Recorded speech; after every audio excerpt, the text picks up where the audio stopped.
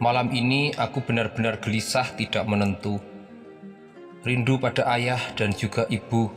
Mereka pasti mencemaskan keadaanku dan mungkin sudah menganggap jika aku mati di mangsa binatang buas ataupun terjebur ke dalam jurang.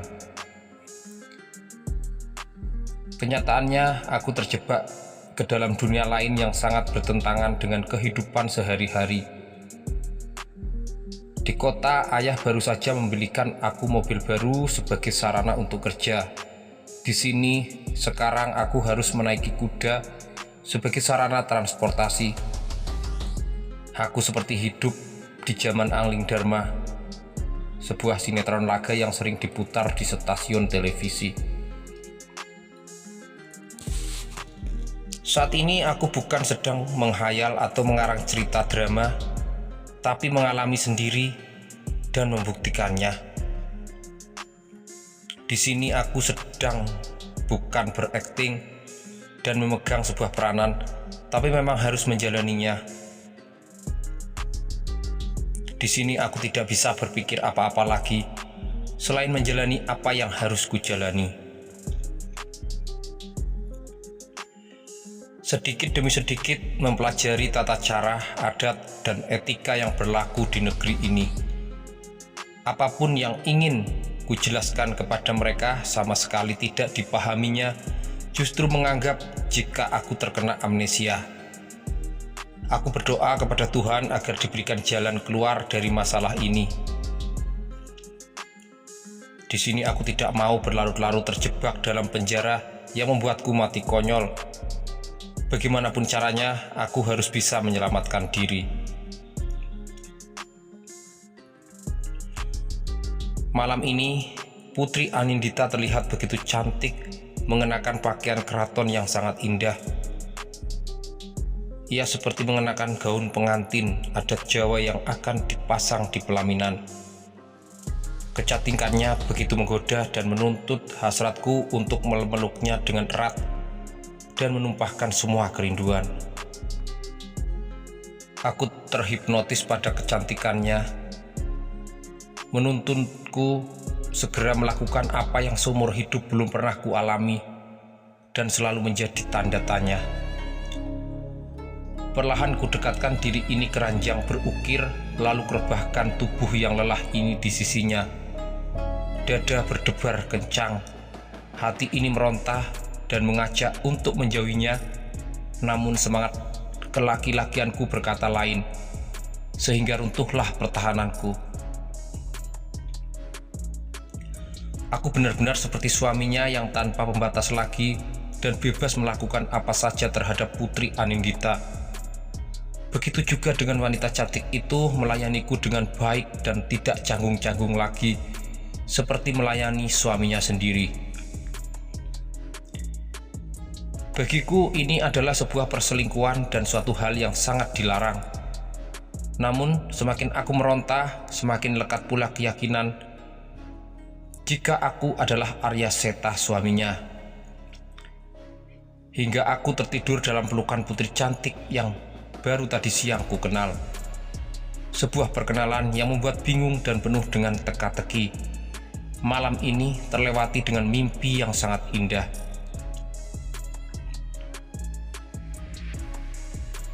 Ketika hari sudah berganti, pagi yang cerah ketika Putri Anindita membangunkan dengan penuh kasih sayang. Ia menyuruhku mandi dan membersihkan badanku dari segala kotoran yang menempel di tubuh ini. Aku berpikir apa ini yang dinamakan mandi wajib, seperti orang-orang di zamanku setelah melakukan hubungan suami istri. Aku hanya menuruti saja ajakan Putri Anindita. Sebenarnya sangat risih karena langkahku diiringi beberapa dayang. Mereka memperlakukanku seperti rajanya. Aku dimandikannya seperti anak kecil yang belum bisa mandi sendiri. Memang seumur hidup belum pernah merasakan kehormatan seperti ini, tapi sebenarnya aku sangat kikuk karena tidak terbiasa. Setelah selesai mandi, aku sudah ditunggu Putri Anindita di Taman Kaputren. Istriku menantiku dengan penuh kasih sayang untuk melakukan sarapan pagi. Segala jenis makanan terhidang di meja seperti restoran termahal di Jakarta. Silahkan Kanda ingin merasakan makanan apa? Putri Anindita menawarkan menu makanan yang membuatku bingung harus memilih makanan yang mana. Aku bingung. Terserah kamu saja. Aku nurut saja apa yang akan kamu makan, aku akan ikut makan. Aku menjadi bingung karena jenis makanan yang tersedia aneh. Tidak ada gudeg, kulihat tersedia di meja itu seperti makanan khas Jogja yang selalu tersedia di setiap rumah makan atau restoran. Putri Anindita menghidangkan makanan di depanku lalu dengan lahap menyantapnya karena memang sangat kelaparan. Ia memandangiku yang menurutnya ada keanehan dengan cara makanku. Setelah makan pagi, aku duduk bersantai di Taman Kaputren bersama dengan istriku dan Dara Puspita yang digendong oleh seorang dayang. Sebenarnya sangat indah dan semakin lama terasa sangat nikmat hidup di dunia asing ini. Prabu Maesa Tirta dan Ibunda Dyah Santika datang menemuiku di Taman Kaputren. Secepat mungkin aku menguasai keadaan dan menghilangkan segala ketegangan di dada ini. Bagaimana putraku? Kamu sudah mengingat masa lalumu? Ibunda Dyah Santika bertanya padaku. Wajah ibuku sangat berbeda dengan wajah ibu asliku yang di Jakarta. Dyah Santika lebih cantik dan lebih anggun, mungkin karena mengenakan pakaian keraton dan seorang permaisuri. Bu, sama sekali aku tidak mengingat apa-apa, walaupun Dinda Anindita sudah bercerita banyak tentang diriku. Yang ku tahu, aku tersesat di hutan belantara karena mengejar menjangan yang sangat indah. Lalu aku terjebur ke jurang, tahu-tahu sudah berada di tempat ini. Aku berkata dengan gugup dan sedikit takut melihat wajah mereka.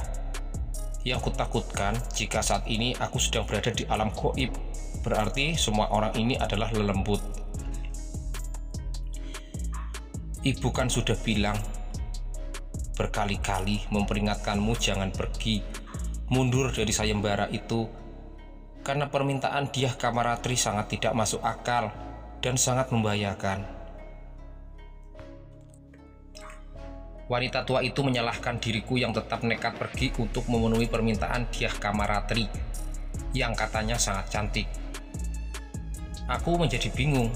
Bagiku Putri Anindita sudah sempurna. Apa mungkin masih ada lagi yang melebihi kecantikannya? Sudahlah, jangan kamu paksa Setak untuk mengingat semuanya. Nanti malah bertambah parah. Kita mohonkan saja pada Sang Hyang Widi agar ia segera diberi kesembuhan untuk meneruskan tahta Lokananda ini. Prabu Maesa Tirta berkata dengan bijak, menasihati istrinya agar tidak terlalu menekan dengan mengingat masa laluku. Bagaimana aku akan ingat sesuatu yang seumur hidup tidak pernah menjalaninya? Oh iya putraku, bagaimana rencanamu selanjutnya? Prabu Maesa Tirta memandangku dengan tajam. Sinar matanya sangat berwibawa sekali, sehingga aku seperti terhipnotis dan merasa takut. Aku hanya ingin pulang saja, meninggalkan tempat ini. Aku sudah sangat rindu kehidupanku yang sebenarnya. Dengan jelas aku berkata, membuat mereka saling pandang dan kebingungan. Nger, kamu mau pulang kemana lagi? Bukankah ini tempatmu? Kamu itu seorang pangeran yang akan segera menggantikan tahta di Lokananda ini. Dyah Santika dengan sinar mata yang bingung memandangku. Ia terlihat sangat cemas dan ketakutan. Aku akan pergi lagi meninggalkan istana ini. Oh iya, maafkan aku Bu, aku lupa. Aku lupa jika aku harus mengikuti kemauan mereka. Karena semakin aku berontak, mereka akan semakin menganggap sakitku bertambah parah. Sudahlah Dinda, kita biarkan dia beristirahat dulu. Biar Anindita yang menyadarkannya dan mengingatkan pada masa lalunya. Prabu Maesa Tirta mengajak Dyah Santika meninggalkan Taman Kaputren. Kini tinggallah aku dan Putri Anindita yang berada di taman itu. Sementara beberapa Dayang sengaja aku suruh pergi karena aku merasa sangat risih diperhatikan terus dan dilayaninya seperti orang yang tidak mampu berbuat apa-apa.